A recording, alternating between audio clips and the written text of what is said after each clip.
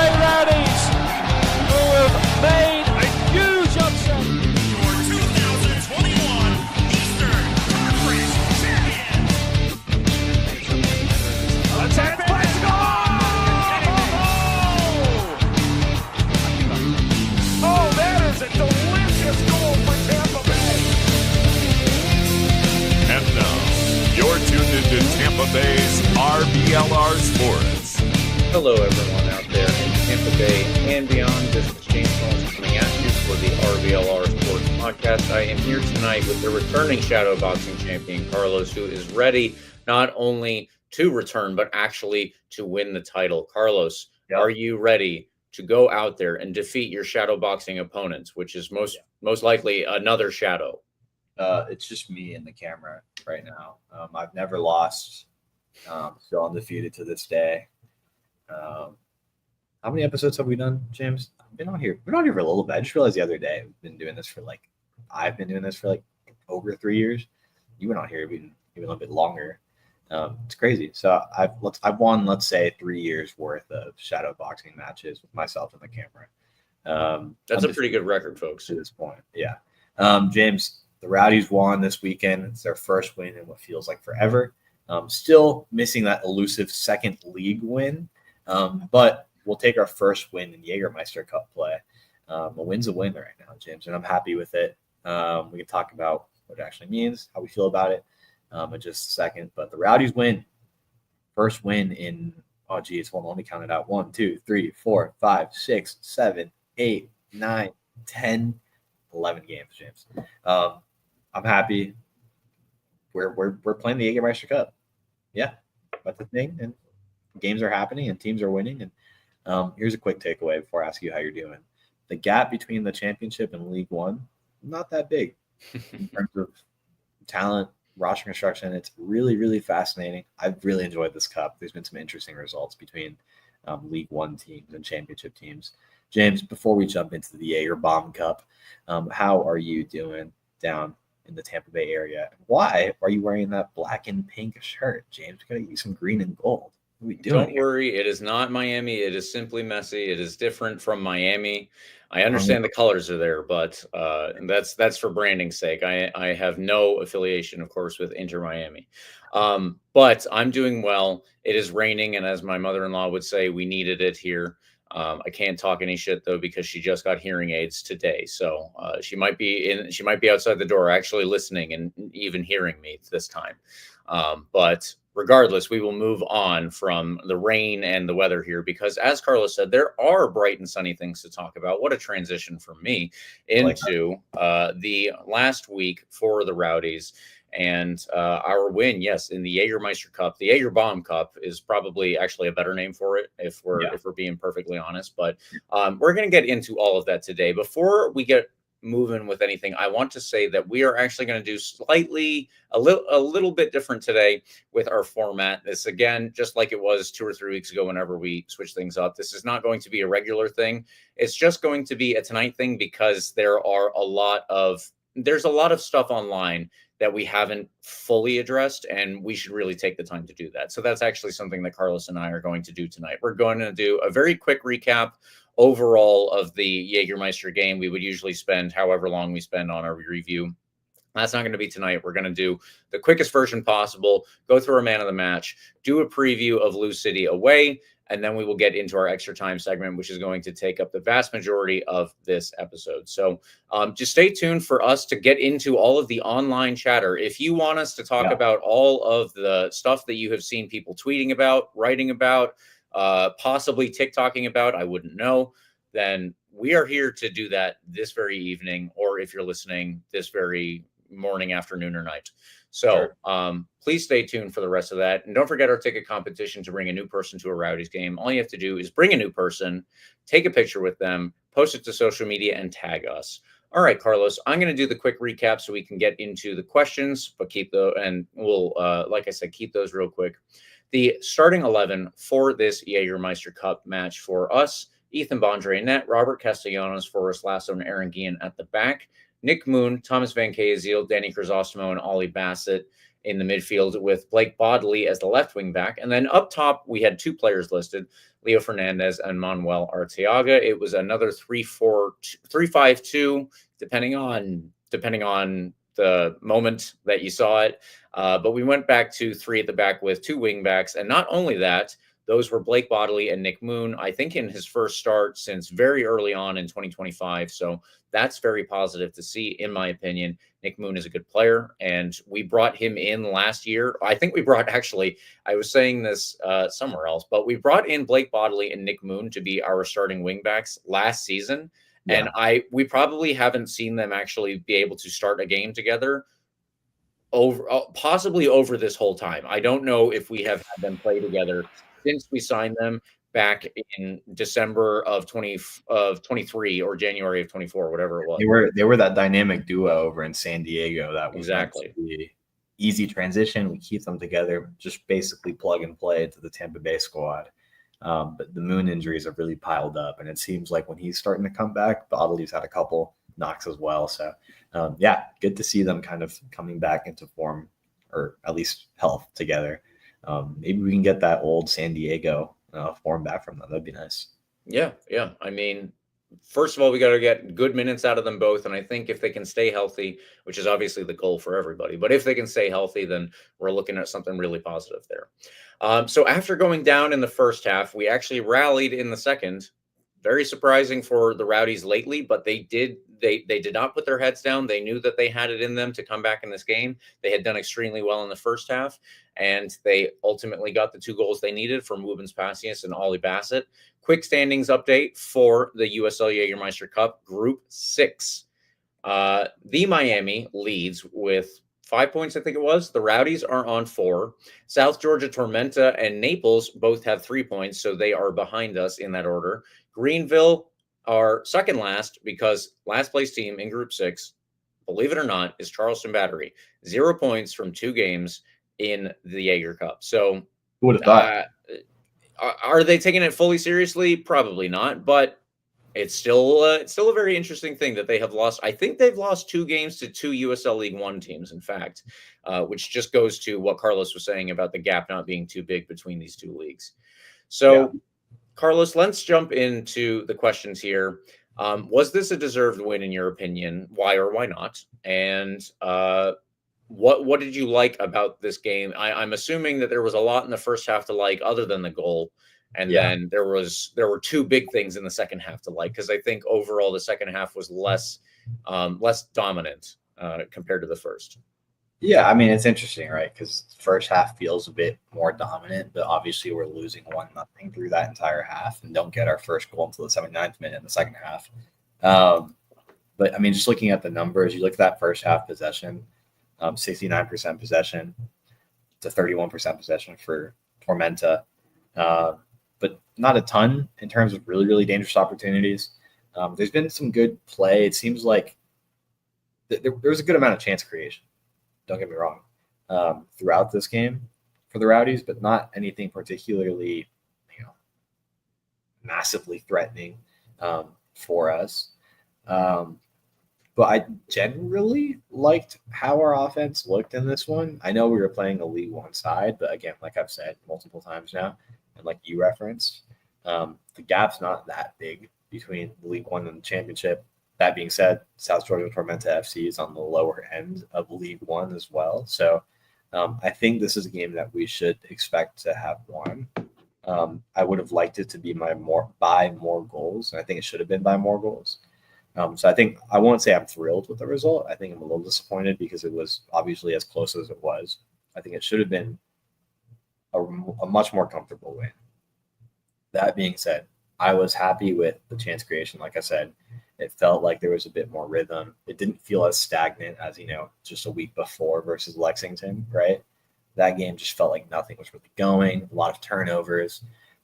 Despite Tormenta getting the first goal in this one, it did feel like there was much more of a rhythm to the squad, an offensive cohesion.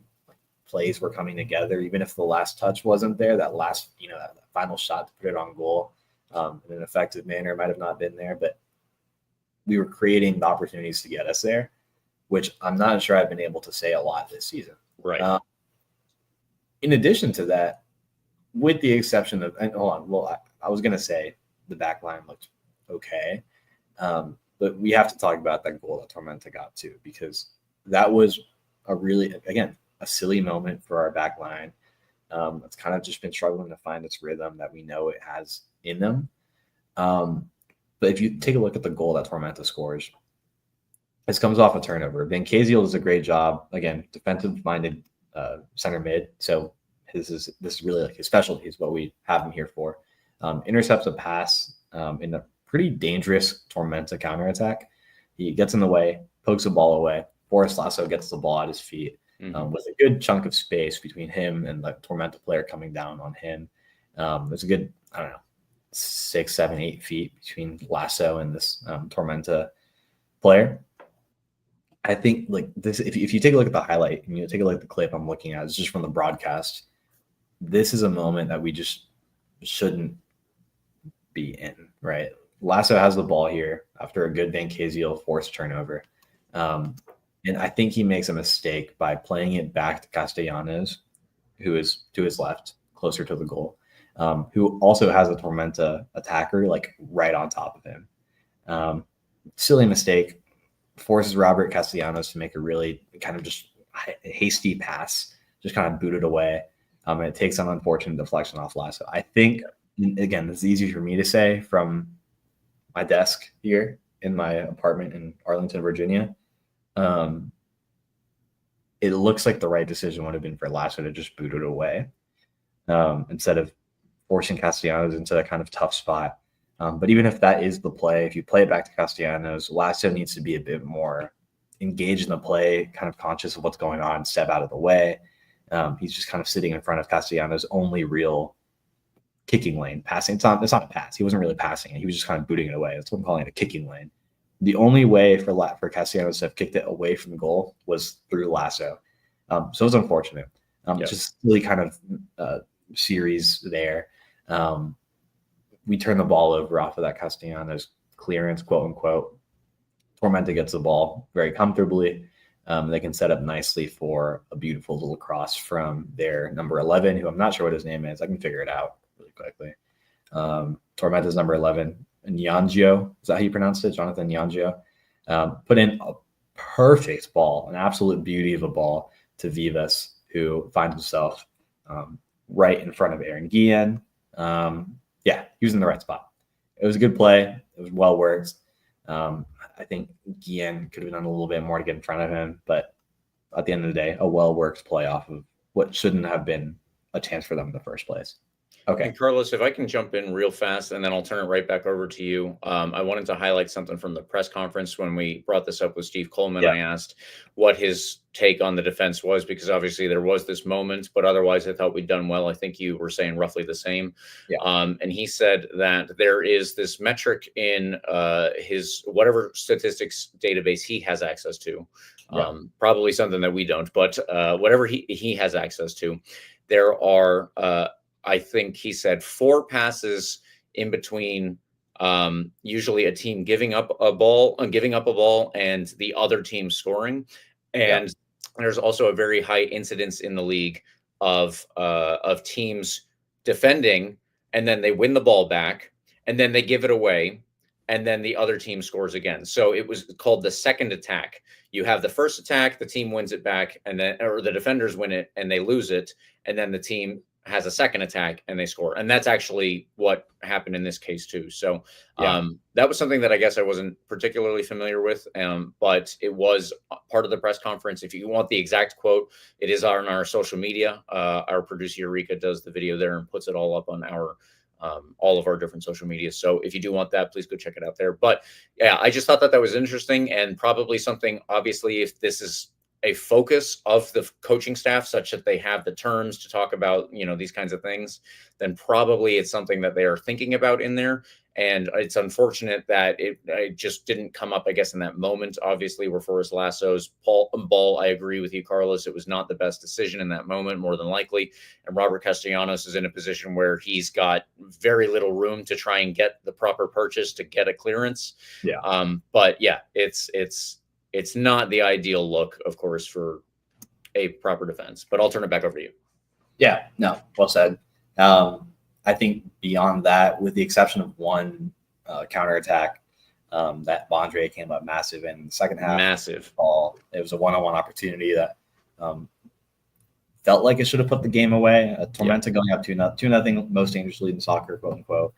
In this case, I would have felt like it kind of puts the nail in the coffin for Tormenta, and they kind of are comfortable sitting back, which they did anyway. But I think they would have been able to sit back and maybe close out this one instead of turning it over and letting the Rowdies win 2-1. But with the exception of that one opportunity, which big exception, yes, there wasn't a ton of chances for Tormenta. I felt like we outplayed them, which, again, you might be saying, Carlos, that's kind of expected. It's standard. We're playing against a League One team, a pretty low barrel League One team. But like we haven't had a lot of games where you could have said we thoroughly outplayed that team and won. And we did that in this game, which is good. I don't care who the opponent is. The opponent could have been an NPSL team at this point. To put together what felt like as complete a 90 as we've had in a little bit of just good enough soccer is a good step in the right direction. I'll point you to my favorite clip. And again, I'm just looking at the highlights now, again, on the other screen. I'll point you to my favorite play from the first half that I think kind of demonstrates the improving connection with the midfield and the attack, and just get some good interplay going on.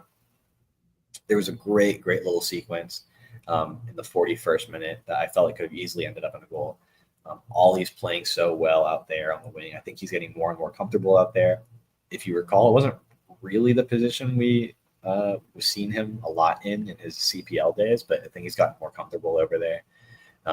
With Leo Fernandez interplay in the middle. Like, I think Leo's had a pretty interesting game in this one. In this play, just a beautiful little touch to Blake Bodley, who has a wide open Nick Moon right at the penalty spot. Nick Moon would have had the easiest tap in his life, but I think Bodley just misses him and goes for the goal himself. This is one of those high XG opportunities, chances that absolutely should have been a goal. And I think it was kind of demonstrative of better chemistry on this team, better interplay, better attack. So it's a long-winded way of saying, just in that first half, a lot of possession, not as a ton of incredibly dangerous opportunities, but better play, James.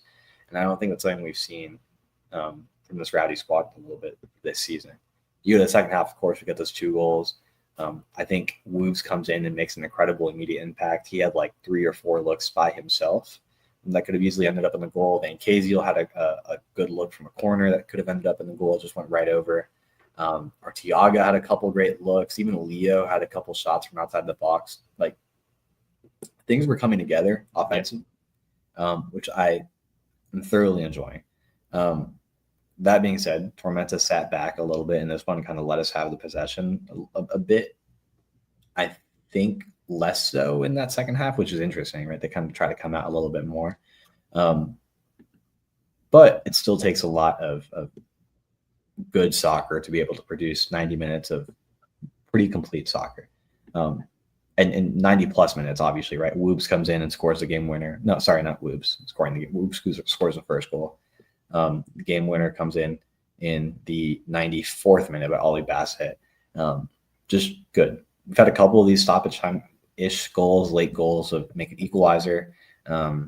This is good. That's a late goal for a win. 3 points in the Jägermeister Cup, and your Rowdies are in second place in the Jägermeister Cup group. We also scored 5 goals, which is notable in the Jägermeister Cup games. You'll remember that the tiebreaker, if you're in second place, is obviously all the first place teams in the groups move on to the next round, and then it's the top 2 second place teams with the most goals scored. Yeah, 5 goals in 2 games, not bad. Pretty good place to be if you're sitting in second place. Interesting results happening all around the Jägermeister Cup, but I'll say that for just a second from now. James, did I capture big things here? Are you seeing anything big that you wanted to point out here? Any good performances? Any improvement? Am I kind of just waffling, or are you in agreement? No, I'm generally in agreement. I think that Leo Fernandez was probably among the more positive players that I saw out there, not only because he did get a couple of good shots off. I would have wanted him to put one of those away or, just bits and pieces like that. But we have to remember, of course, that this is Leo Fernandez coming back from a very, very long-term injury, something that has kept him out for, 2 years-ish now, Carlos, because there was the Achilles injury. Yeah. And then last year, there were all the injuries that came from returning from the injury. So it's just been a very long time that since we've seen Leo get a full 90 minutes when he looked as fluid, I think, as he did this past game. So that's positive. That's building. And I'm very happy with the overall performance. I think that, it's not the best that we've ever played. I'm not saying that, but this is a great improvement compared to where we have been, especially over the month of May. So you got to take your wins where you can, which is this is 3 points. That's positive. And at the same time, I said this last week or whenever we talked about it, but baby steps are how you get out of big problems. And that's true for everything. That's true for things that matter. Soccer doesn't quote unquote matter, but it's a big thing for us. And obviously it is these players' livelihoods. Big baby steps are what are going to get them out of what I think is a pretty big problem for the 2025 season. And this was a good baby step. It wasn't a bad one. I'll put it that way. Yeah. And again, we've talked about playing a full 90. I want to emphasize that again, because obviously that game winner comes in the 94th minute. Is that what I said? Stoppage time. Very late into the game, right? This is a game where we're coming back from down 1-0 as well. Like, I think there's a lot of positives to take away here, despite the fact that we're talking about a lower level opponent. And again, gap not that big, but I'm talking about in the standings in League One, they're not playing that great. This is still a good performance, and I'm happy because we haven't had a lot of those, even against mediocre and bad teams in the championship, right? So this is good. Like you said, baby steps. Offensive production is there. I think Woobs came onto the field really, really well. A lot of great looks. I think you were right to say maybe Leo puts away one of those chances. Like, again, he's ripping a few shots from outside the box, which I love to see. I think Ollie's getting comfortable in the attack, obviously gets a goal here. Just a lot of positives to take away as we go into a game in Louisville where you might think we're massive, massive underdogs. And I think we are. Not massive, but I think we're obviously the underdogs going to that game in Louisville. But I think there's a bit of momentum building here. A bit of grit shown from the team coming back down from a goal at home against a lower level team. I think it would have been really easy to drop the heads in the season we've been having to kind of say, here we go, right? We go down 1-0 to a third division team at home. We've been playing bad. In my head, that's kind of how I started to feel. But it's clear the players didn't feel that way, which I think is demonstrative of some good attitude in the locker room, despite the season we're having. Long-winded way of saying positives to take away from this. I wish it would have been by a lot more. Yeah. And I wish we didn't concede a silly goal. Yeah. I would have been happier with a 2-0 win. But still good. Certainly still good. Things to improve on, certainly. But keeping it positive, I think this is a good win to hopefully get things going. Absolutely. We'll see.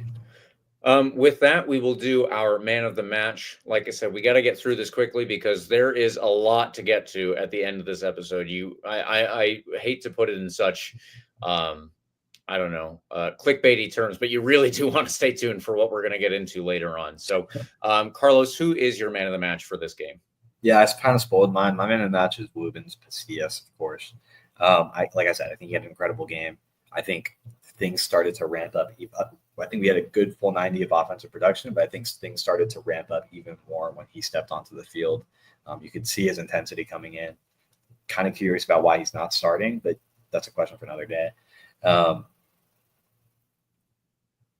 If we can get a full 90 of that Woobs, I think we can kind of get some things going offensively, even more so. We can increase that XG number I like to talk about so much. James, I think Woobs had a man of the match performance, and I think he's starting to feel himself a little bit more. I mean, you can't really argue with his goal scoring record. Obviously, he is leading the team, and that is in both the league and the Jaeger Cup. So just keep that in mind, folks. My man of the match for this one is Blake Bodley. He is also returning from an injury, not quite like Nick Moon, but I think that he had a really good game in this one. And this is actually, I suppose I could have said this for Nick Moon too. There were a couple of chances that I really wish he had put away. There was almost a breakaway. It wasn't quite the same as Tormenta's breakaway chance, but it was similar. That's one where I would like him to score that, but regardless, he's putting himself in good positions, and I think that he did very well over the course of the 80 or so minutes he played. So Blake Bodley took my man of the match for this one. And Leo Fernandez was a close choice, but Blake Bodley ultimately I thought contributed just a little bit more probably on the defensive side too. So special shout out to Bondre for coming up big. Yeah. Again, not a ton of chances for him to actually, make a bunch of big saves on, but if there was one to make a big save on, it was certainly that chance that Niall Reed-Steven had. So great positioning, good timing coming out of the net when he did, way to make himself big in that moment. So big honorable mention to Bondre, of course. Yeah, commentator Ryan Davis pointed out that save is as good as a goal at the other end. I completely 100% agree. That is exactly what it is. Yeah. All right, let's do our preview of the away game this weekend versus Lewis City. This Saturday at 8 p.m., the Rowdies are away to Louisville City, one of the East Coast leaders. So just keep that in mind. They are doing well despite what I'm going to get into. Lewis City are second in the East and second overall in the league. However, their recent form has not been stellar. There's been an Open Cup loss, followed by 2 league draws, then 1 league win, and a loss in the Jaeger Cup this past weekend to Loudoun United. So that was a little interesting. Although, of course, as everybody listening to this podcast for more than just tonight knows, Loudoun is doing pretty well. Carlos's second USL team, possibly, but they are doing pretty outstanding this 2025 campaign. So Louisville City, we should expect them to line up in something like a 3-4-3 formation with Damian Loss in net. Although I should point out he did not start either of their last 2 games, which was a league match and then the Jaeger Cup game. So I don't know if he's injured or possibly been recalled by his MLS team, Austin. Danny Fondes was in net the last 2, so we'll see who starts this upcoming weekend. In defense, it's usually Sean Toch, Arturo Ordonez, and Kyle Adams. A midfield, most likely, of Manny Perez, Taylor Davila, Kevin Lambert, and Amadou Dia. Up top, there have been changes, but usually we see Ray Serrano and Adrian Perez starting behind one of Philip Goodrum, Jansen Wilson, or even possibly now Cameron Lancaster, who has returned to Louisville City after spending some time with Lexington also in Kentucky. So he just joined the team. I don't remember if he had scored for Lexington, but regardless, the leaders for Louisville City so far, Serrano has 3 goals, and there are 3 other players that have 2 goals behind him. And then Perez is the top chance creator. Serrano and Perez are going to be extremely important players to keep an eye out on. They are going to do the vast majority of chance creation themselves, as well as, obviously, according to these numbers, the vast majority of shots and potential goals too. So just keep that in mind. And I don't know who will start up top, whether it'll be Goodrum or Lancaster or possibly this Jansen Wilson, but we will see exactly who ends up there. Carlos, is there anything that we need to hit on before we go into our predictions? Not a ton, just that this Louisville team is obviously, despite their recent run of 5 games with just 1 win, they're still second place in the Eastern Conference, 2 points behind Charleston. Very, very good team. We have a great record with them. Not a great record, but we have a great record of good games against them, right? We know how to win over there at that stadium, right? We have that big win in the Eastern Conference Finals back in 21, which I was so blessed to be at. I'll be there this weekend. If anybody's going, let me know. I threw a question in the Ralph's Bob Discord, see if anybody's going. No bites yet, but I'll be around. Shoot me a message if you will too.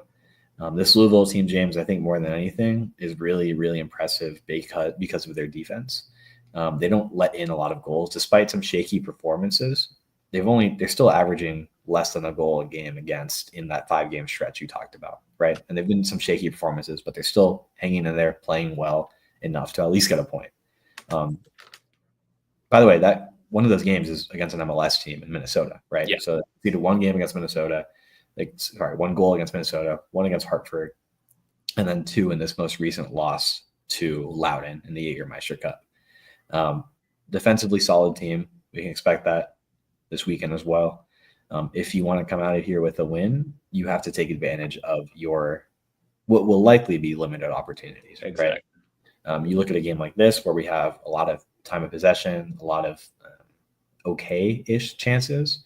You're not going to get a lot of those okay-ish chances. You might get one, if you're lucky, maybe 2 really, really great chances, and you have to put them away. That's the way you win this game. That's a path to winning.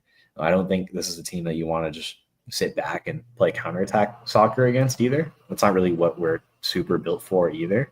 So I think you have to try and play your game over there, even though, might not be the meta in Louisville against a really good Louisville team. I think that's what you got to try to do to come out of there with a result. All that being said, I think we're going to come out of there. Predictions? You have anything else to add? I think we're going to come out of there with a 1-1 draw is my prediction. Like I said, I think we're kind of coming into rhythm when it comes to opportunities, goal scoring chances. I also said that we might get 1 or 2 maybe good looks. If we put in one of those chances, play solid defensively, I think we come out of there with a pretty decent draw as a result. I want to come out of there with a win. I don't think it's impossible. I don't think we're massive underdogs. I think we're going to go in there as a betting, underdogs, of course. But there's a path to victory here, and I think it's pretty clear.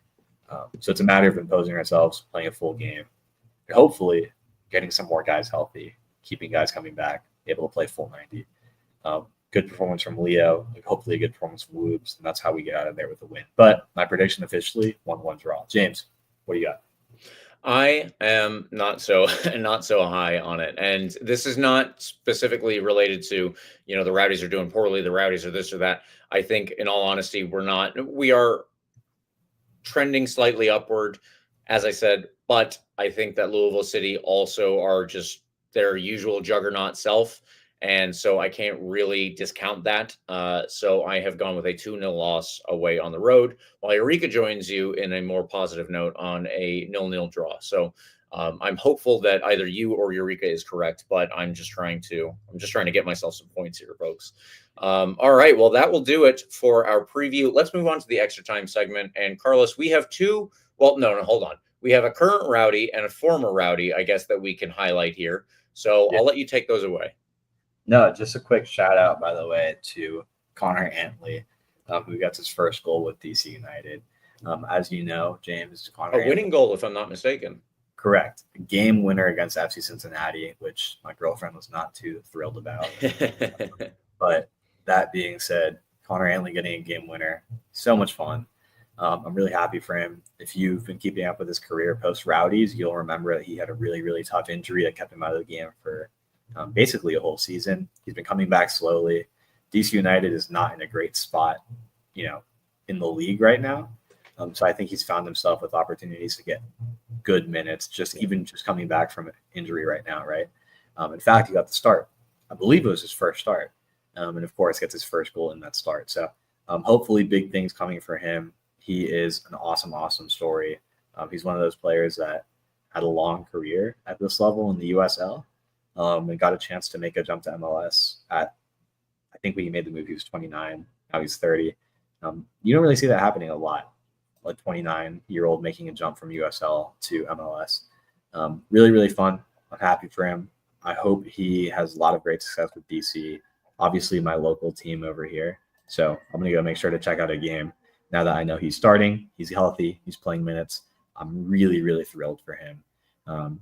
Yeah, that's really cool stuff. Just, again, personally, like for the personal story he's had, it's been really cool to see him come back from injury. And, of course, make the jump that he did and score a game-winning goal in his first start.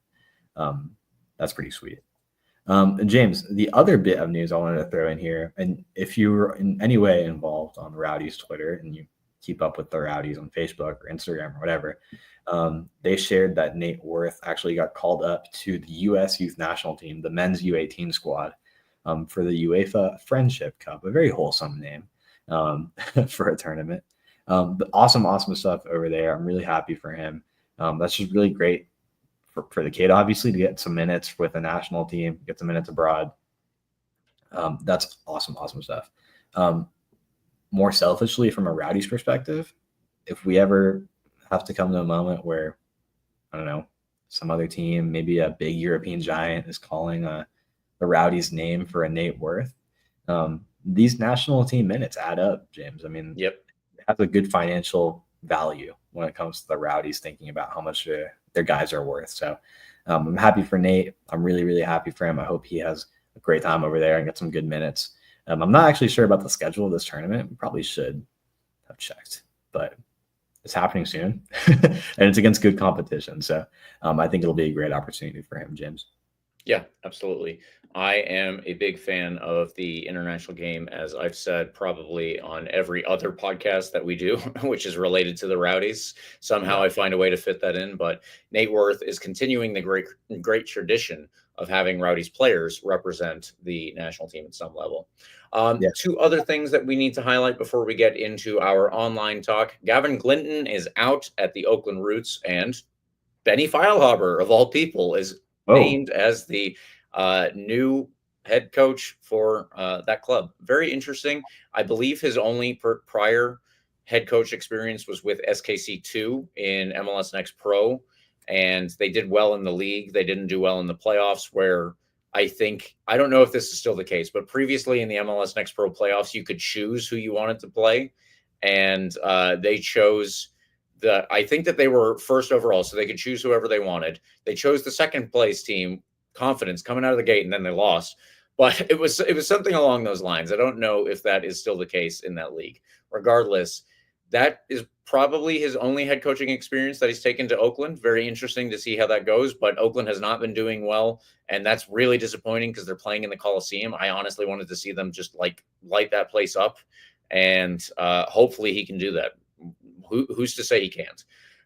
Carlos, you have some lower division stuff before we get going. No, I just had to throw this in here to keep up with the random pattern of throwing in DC area lower division soccer updates. Virginia Dream is absolutely insane. Like I told you, this was last week, right? I told you last week that if the Rowdies were horrible for the rest of the year, that I would just become a Virginia Dream FC fan, and we would talk about the Virginia Dream every week on this podcast. James, through 5 games, they have scored 38 goals. And their goal difference. That's a number. They have a plus 35 goal differential, which is, as you can imagine, the best in the entire NPSL. El Farolito is actually not far behind them. As you remember, they're insane in the Open Cup, and they're actually still insane in NPSL play as well. But I might have accidentally stumbled upon the best team in the entire NPSL, which, if you're a sicko, you might know is a massive, massive division with like 90 plus teams, it feels like. Yeah. So I might have stumbled across the best team in the NPSL, and I'm going to keep up with them because they're absolutely cracked. They have another game tonight at 8 p.m. They're probably going to win by 10 goals like they have for the last 3 games in a row or something like that.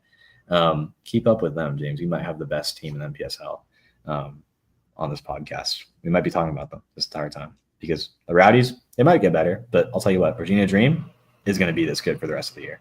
And then one more thing. Annapolis Blues, by the way, drew 12,000 plus at their game.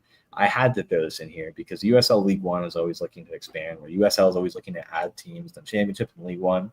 I think they have a team right under their nose already in League Two that's primed for a jump to the professional level, League One. They play at a really big stadium at Naval Academy Football Stadium.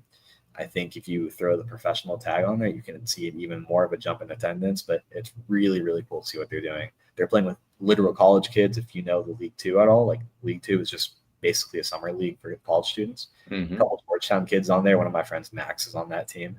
And it's just absolutely insane to see him playing in front of 12,000 people at that level. Annapolis, apparently a great soccer town. Lots of stories about that, of these smaller cities being surprising us, being great soccer towns. We talked about Vermont before we started recording, James. Burlington apparently is a great soccer town too. Vermont Green draws sellout crowds at their stadium. So it's just really cool to see these lower division teams get such big crowds and attention in their communities. But League One, I feel like needs a kind of injection in terms of excitement, stories. in their teams, right? I think Annapolis would be an exciting team to add to that level. But I digress. James, you wanted to talk a little bit about the online chatter in the Rowdies community. There's so much to talk about. There's articles calling for Stu Sternberg to sell the team. There's response articles from producer Eureka, right? There's rumors about a signing potentially. Yeah.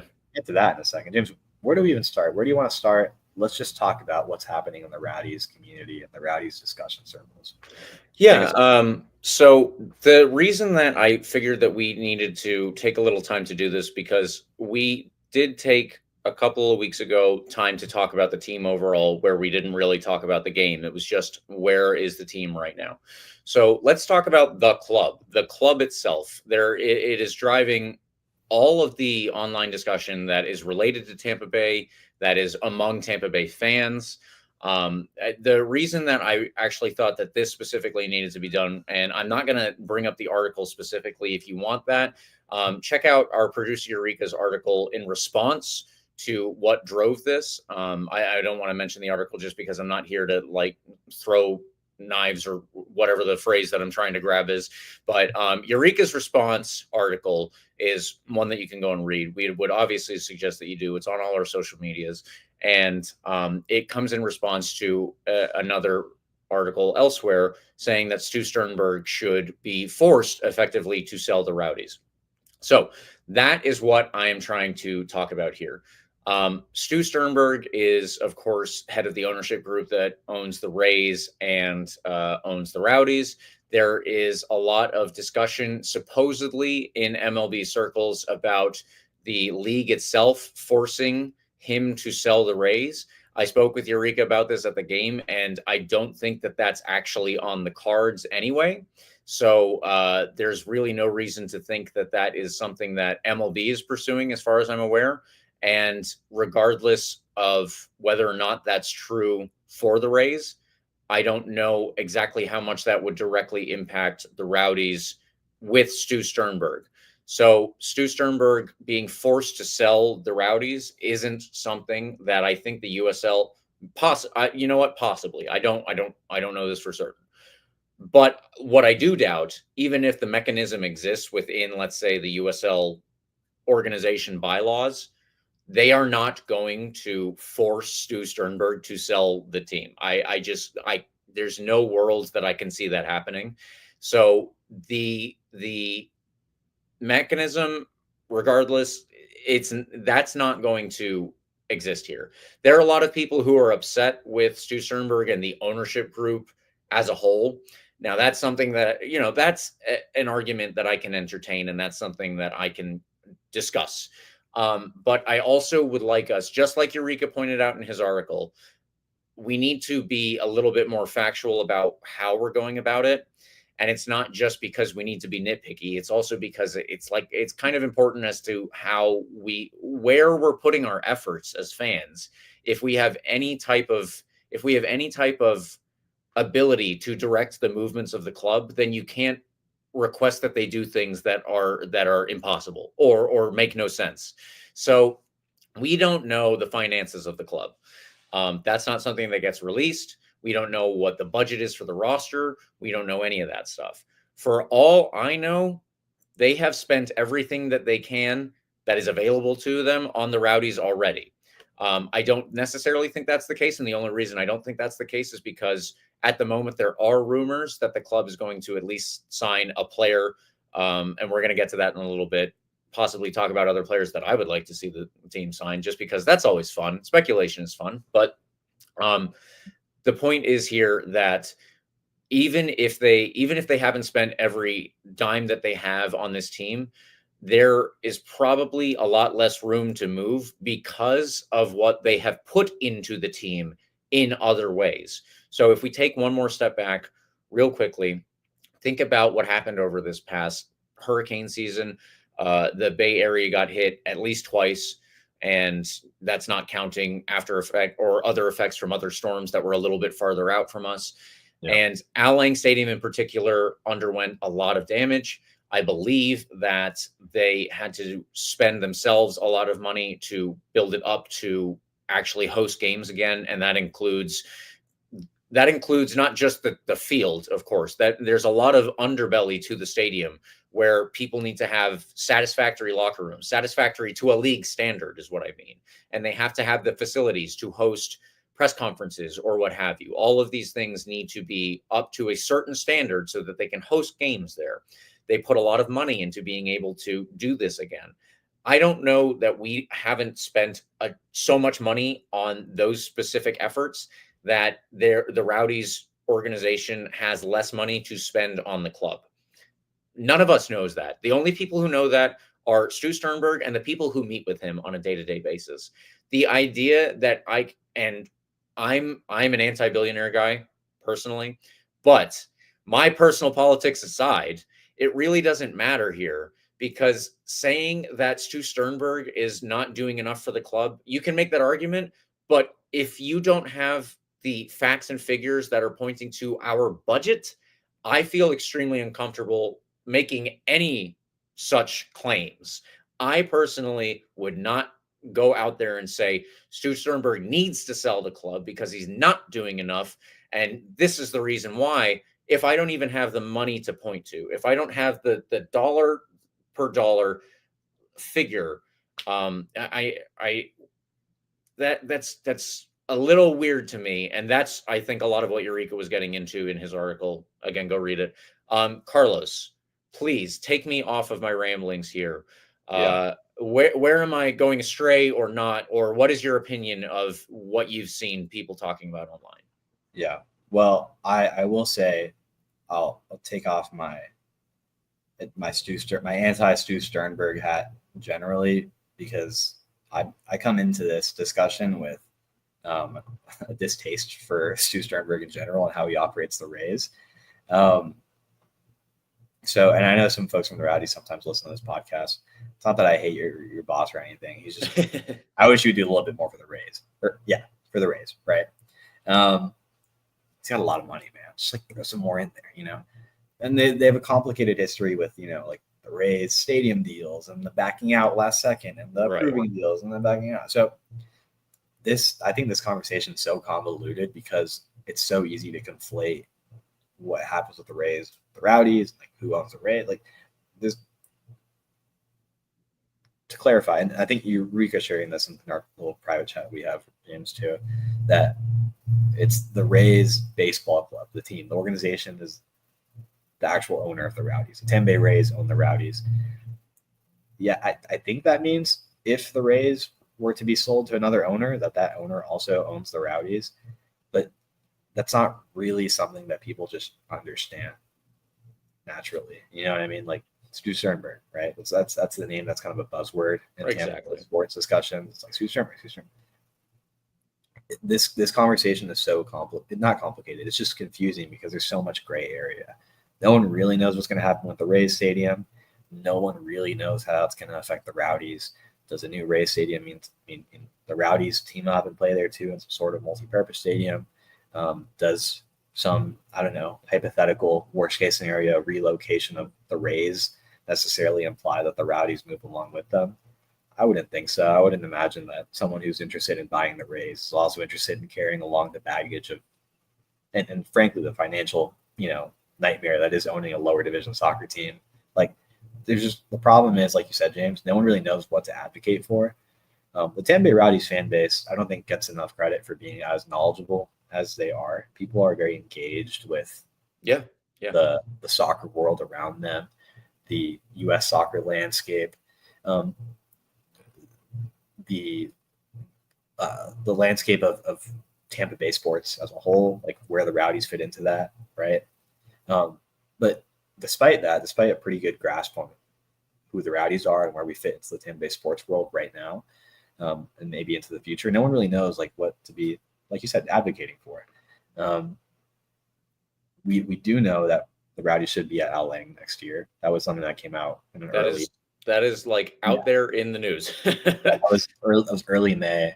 I'll point you to Sports Business Journal article from May 7th where it was indicated that the Rowdies were approved to be in Al Lang next year. Like, despite the whole conversation about tearing down Al Lang for an amphitheater or whatever, Ken Welch wants to do. Like, I don't know what the hell he's waffling about, but my point is there's just so much confusion about where the Rowdies fit into like the Rays conversation. I look at the roster we have right now, James, and I think about how we just frankly don't have that many adults on the team, right? We have a lot of kids, which is great, a lot of youth players. I was looking at the Ralph's Mob Discord, and oh geez, I have to find it. But yeah, this was Mike that shared some breakdown of the roster in the Ralph's Mob Discord, that we have 16 professional adults of the 22 active players. One professional adult on loan to us, which is obviously Woobs. 2 professional kids in Nate Worth and Mustali, with obviously Ortiz on loan to Crew 2. And Mateus De Jesus. Yeah, yes. And but he's on an academy contract, am I right? Is he on a full-time professional contract? Oh, you are right. Okay. Yeah, and then three academy kids, including De Jesus. So I'm not saying we have. I wish we did. I wish U.S. soccer was a more transparent landscape in terms of contracts and financials and whatnot. But like you said, we don't really have a grasp on how much money is being put into a roster, how much money we have available to us. We could probably assume that money is tight on account of the friggin' hurricanes that came through. Right. And again, understanding that the Rays as an organization own the Rowdies, we can probably assume that money's tight up there too. They're playing at George Steinbrenner Field, and they're currently in the process of renovating Tropicana Field, making it playable again. Who really knows when that's going to be the case too, right? Hopefully next year. And no one even knows like what their situation is long term. No one even knows if they're going to be here long term. So I think that's why it's so easy to just kind of get caught up in this. And it's unfortunate. I wish there was more transparency. I wish we could kind of have an idea of where we'll be long term, what the situation is stadium wise. We've talked about this on this podcast of the season, James, that Al Lang probably isn't the long-term solution for the viability of the Rowdies in Tampa Bay for the next 100 years. But at least we know we're playing somewhere next season, right? At least we know we're in Al Lang. So I don't know. Like I said, going back to what I said about the roster, it feels like money's tight. But again, can we give the Rays organization some leeway because of the hurricane situation? I guess so, right? I'm not sure like screaming sell the team is necessarily the best solution. Or again, the most feasible option. Yeah, like you said, or even the most feasible option. Is there a local owner that would like to buy the Rowdies and take on that financial responsibility? The Sun found a pretty decent ownership group, local, a lot of money, willing to pump in money into the team. I'm not sure how many of those there are in the Tampa Bay area for the Rowdies right now. That's just a guess. I'm speculating, right? Who knows what would happen if that's the case. If all the fans got together, I'm sure we could buy at least several hot dogs. Yeah, absolutely. I love I would like that personally. Yeah. In a perfect world, we're all millionaires and we can all kind of contribute a ton of money and be like the Packers or something, right? That, supporter owned. Right. Obviously, plenty of soccer teams around the world are supporter owned and whatnot. Like, in a perfect world, frankly, I don't like the idea of being owned by a baseball team, like fully, but I wish there's some billionaire owner local who loves soccer, loves the Rowdies, loves the Bay Area, and wants to make this a Tampa Bay team for the future, right? Grow the team, build a new stadium somewhere cool, whatever.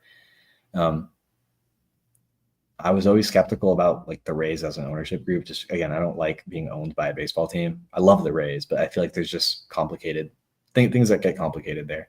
I don't know if that's really the case because we've had great success under them for the last few years. So maybe we're just being a bit premature because we're having one really bad season, to be fair. It's bad. But at the end of the day, it's still one season out of a few seasons where they've had some pretty good success with us. So I'm not willing. I'm always up for a good riot and pulling out the torches and pitchforks. Don't get me wrong. But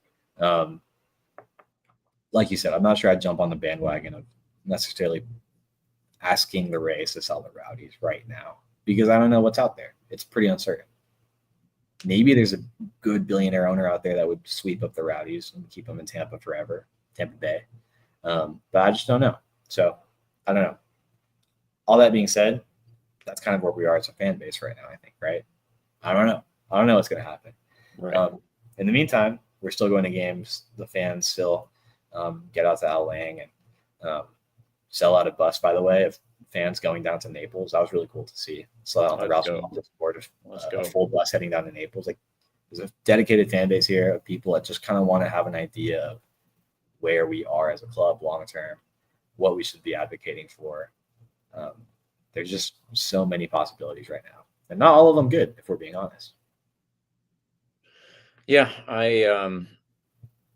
again, just as Carlos said, there are ideal situations in this. Maybe we're not necessarily within those. And people do know more about the MLB side of ownership than I do, including Carlos. But we don't know what the Rowdies budget is. And we don't know how much of that has already been allocated specifically to help build up Al Lang, which we know we will have for 2026, unless I guess we get hit by another 5 hurricanes. Knock on my plywood desk here. Yeah. But yes, so that's just something we need to keep in mind. I understand frustration, just like all of you. It's been a bad season. I think there's nobody in the club who would tell you otherwise. But it's also not the case that we can just say, all right, this is where we're going, and Stu Sternberg needs to somehow be jettisoned from the club.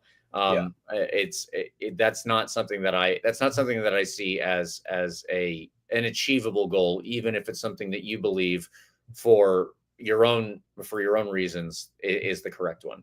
Yeah. And this isn't sorry, just one more thing I'll throw in here, because this also isn't like Rowdies propaganda. Like, this isn't like pro Stu Sternberg. Probably it's not like I've never met him personally. Like, this is just like, there's a lot to criticize about where we are right now. Yeah. Obviously. And again, I've just had like the Rays fan base as a whole is rather tired of Stu Sternberg. So I'm coming into this conversation with a pretty already, made up mind on what I think of someone. Fair or unfair, just how it is right now. But I think the takeaway is we just don't really know what's out there for us outside of the Rays right now. So, like, maybe this is the best we have right now. Maybe, almost certainly, the budget's tight, but who knows how tight, right? Who knows how long this will be the case? Hopefully, it's just a 1-year thing. We can get a good injection of money next year, if it is truly the case that the budget's tight. But don't take this as if James and I, like, I'm not going to speak for James, but I'm certainly not like out here as like like a Stu Sternberg mouthpiece or anything. Like, it is just rambling off the top of my head, at least, about where I see the Rowdies, where I see the ownership situation, what I see for the Rowdies long term, which I don't know. I think that's the takeaway, is I really don't know. Yeah, absolutely. But one thing that we do have a little bit of access to, everybody has been complaining about the team this year, and that's, pretty valid in my opinion. But to go off of the where's the money type of conversation that we're having, Cammy McPherson, it does appear, according to the official social media for the Rowdies, has gone back to Scotland. So we have got him for what we had, and I assume at this point there will probably be no more Cammy McPherson. Just keep that in mind as we're going forward. But that does not mean that the Rowdies are done. There are rumors, nothing substantiated. I should point that out. Everything can fall through, what have you, all that stuff. But there are rumors that they are pursuing other players. And one of these players that we have found is Luis Alvarez. According to Top Bin 90 on Twitter, who covers the game in multiple areas, and they have some 8,000 followers, I think is what Eureka or Carlos said on their social medias. But per our sources, Honduran midfielder Luis Alvarez is closing in on a move to USL side Tampa Bay Rowdies. Alvarez has been a standout performer over the past 2 seasons with Charlotte and Independence, earning a spot on the 2024 USL League One All-League First Team. Also, Carlos, or I'm going to thank Tom DePinto for pointing this out, but he has, where was the figure? 5 goals in 13 matches for Charlotte in this 2025 campaign, where he mostly lines up on the left or in the middle as an attacking midfielder. So there is at least one little bit of good news, provided it ultimately does come true. We're only reporting rumors, and as I've said, rumors do fall through a lot. I have seen over the course of following soccer, a player is not signed for your club until they have the picture of them holding the jersey at the press conference. Yeah. Otherwise, don't believe it, because people have gotten Anthony Robinson is one of the big ones for me. Anthony Robinson was linked with Milan for several years before they started signing Americans. And then he goes through the whole process. Announcements are out from people, reputable sources. It's done. No, he goes and he does the medical that they all do, and he failed for a heart defect, which he has since had remedied, luckily. But they found a heart defect that he could get treated, and they didn't sign him because of that. So you cannot call anything done until they are literally holding the jersey. The team says, we have signed a player. So this rumor is a good one, but it's just a rumor for the time being. I'm hopeful that it will go through to allow us to build up our attack a little bit more. And in the meantime, maybe that's one place that the money is coming from. Yeah. And again, I'm not like the all-knowing guru of lower division soccer or anything, but we do call him that. But yeah, in the few years of keeping up with the Twitter world of USL transfer rumors and whatnot, I do feel it is pretty rare that like someone with some sort of journalistic reputation throws something out there in terms of a transfer rumor and it's not true. I feel like these circles are like not big enough to where things kind of spiral and rumors turn into these unsubstantiated things. You know what I mean? I feel like if things are out there from like a pretty reputable lower division journalistic source, I'd take a stab in the dark and say they're probably onto something. At this level, at least, I haven't really come across many just incorrect transfer rumors or totally out there and false rumors in the Twitter world of lower division soccer. But that being said, if it does come together, good numbers on the guy, 5 goals and 3 assists in 13 games between Open Cup, Jägermeister, and League One play. Like you said, all league type of player last year. The guy's good. Plays a few different positions. I mean, could be a number 10, could be like an attacking mid situation. If it is the case that he kind of plays in that attacking mid sort of role, I'd like that. Obviously, since we're losing a bit of some pretty good attacking play from Kenny McPherson, I think you could be looking at some good numbers from him. So I hope it comes together. Hopefully quickly, so we could see a performance sooner rather than later from the guy. Hopefully in a game this weekend that we might be playing or not. Imagine that. So we'll see. The guy looks good though. So if we're talking about going out there and getting players, it didn't seem like that was going to be the case for us this year. It seemed like we were going to ride with the guys we have.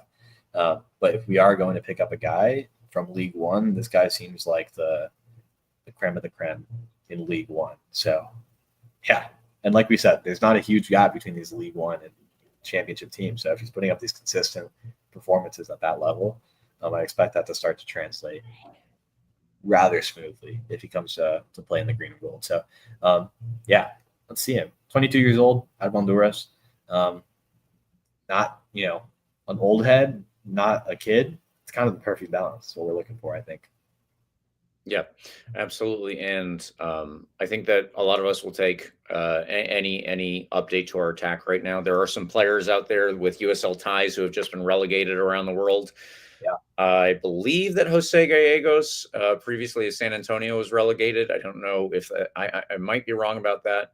But there are other players in Denmark that certainly were. I believe Jonathan Amon. If it wasn't Jose Gallegos, then Jonathan Amon was relegated. He spent a lot of time in Denmark, though. He might end up staying there. Other players include Andres Jason. He was definitely relegated. I'm dead certain about that. There are a couple of other players here and there in the Dutch lower division, in Austria, all of these different places where there are good American players. And they don't have to be American players, but generally, you would think an American player would want to come back and play in America. So there are options out there. And if the Rowdies have the ability to go and get them based off of this news but this rumor of Luis Alvarez, then hopefully we can see somebody come in and contribute to this team. And make it the good roster that we all know it is. I mean, I think that we still have a lot of talent here, even if they're not playing up to their level. And I hope that they can all ultimately get back to that. But yeah, Carlos, is there anything else that we should hit on before we head out for this one? I got nothing else other than, no, I got nothing. I don't know. Stu Sternberg, you got a lot of money. I don't know. Give us a little bit more. you got some billionaire cash pocketed in there. We can go sign let's go get Joe Cole again or something. I don't know. We need some adults on the team. Let's get someone who is the equivalent of Marcel Schaefer or Joe Cole on the roster. I would be down with that for sure. That was an interesting time period when Bill Edwards was kind of just like, screw it, let's go get a big name guy. Like everyone was kind of doing it. Everyone's going to sign like a kind of back end of their career European player. Bill Edwards was not to be left behind. So we got to respect him for that at least. Interesting times in the Rowdies world back then. Okay, Rays ownership. Who knows what's going to happen? Who knows where we're going to play in 2 years? But, James, we have a spot to play next year, and that's in our lovely home of Al Lang Stadium. I'm happy. Rowdy's going to win. Let's go get a win in Louisville, too. Absolutely. All right. With that, we will get you guys out of here. Thank you, listeners, for tuning in, or watchers, if that's what you were doing. Please follow RBLR Sports on all your social medias, Instagram, Twitter, TikTok, Facebook, Threads, Blue Sky, anywhere.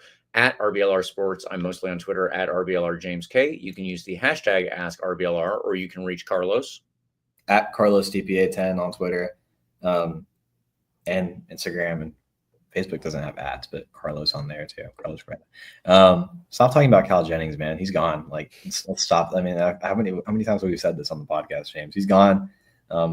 He was leaving Europe and couldn't find the opportunity. Came back to Charleston. All right, that's it. That's the last time. I promise that's actually the last time we'll bring up Cal Jennings unless we're playing Charleston. James, follow me on Twitter. I know you do, but if you're listening and you don't, come over. Let's chat. There you go. Like and subscribe to our podcast. You can get the full experience on YouTube if you'd like. If you don't, no problem. We are also on the Spotify and iHeartRadio apps, Apple and Google Podcasts, wherever you are. That's where we are too. So for our first win in 11 games, said Carlos, and for hopefully another coming up, come on, you Rowdies.